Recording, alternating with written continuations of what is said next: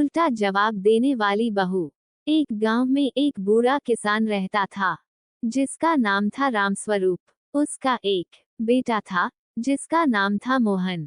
मोहन की शादी एक सुंदर और समझदार लड़की सीता से हुई। सीता बहुत ही अच्छी और मेहनती थी, लेकिन उसकी एक आदत थी, वह हमेशा उल्टा जवाब देती थी। एक दिन रामस्वरूप ने सीता से कहा, बेटी, आज खेत में बैल लेकर चलना है।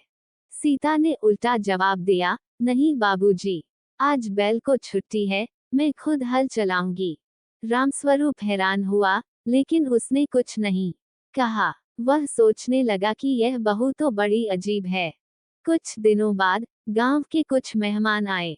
रामस्वरूप ने सीता से कहा, बेटी, जल्दी से मेहमानों के लिए चाय बना दो। सीता बोली, नहीं बाबूजी, आज मेहमानों को ठंडा शरबत पिलाएंगे, चाय तो बीमारी होती है। मेहमान हंस पड़े, लेकिन रामस्वरूप को गुस्सा आ गया। उसने सोचा कि इस बहू को सबक सिखाना पड़ेगा। अगले दिन रामस्वरूप ने कहा, सीता, आज बाजार जाना है, तुम भी चलो। सीता ने जवाब दिया, नहीं बाबूजी, आज बाजार बंद है, हम कल चलेंगे। रामस्वरूप ने धैर्य खो दिया और बोला, अगर तुम हर बात का उल्टा जवाब दोगी, तो मैं तुम्हें घर से निकाल दूंगा। मोहन को जब यह बात पता चली, तो वह समझ गया कि उसकी पत्नी की आदत से परेशानी हो रही है। उसने सीता से पूछा, तुम हमेशा उल्टा क्यों जवाब देती हो?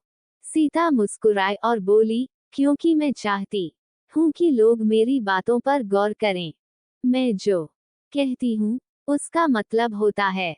मोहन ने समझाया, लेकिन इस तरह तो पिताजी नाराज हो जाते हैं। अगर तुम्हारी कोई अलग राय है, तो सीधे कहो। सीता ने मान लिया और अगले दिन से सीधे जवाब देने लगी। रामस्वरूप को एहसास हुआ कि सीता दिमागदार थी, बस उसका तरीका अलग था। उसने सीता से कहा, बेटी, अब तुम सीधी बात करो, तो हम सब तुम्हारी बात समझेंगे।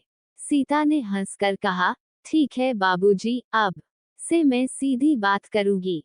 और इस तरह घर में फिर से खुशहाली छा गई। कभी कभी लोग अलग तरीके से अपनी बात कहते हैं, लेकिन अगर हम धैर्य से समझें, तो सब ठीक हो जाता है।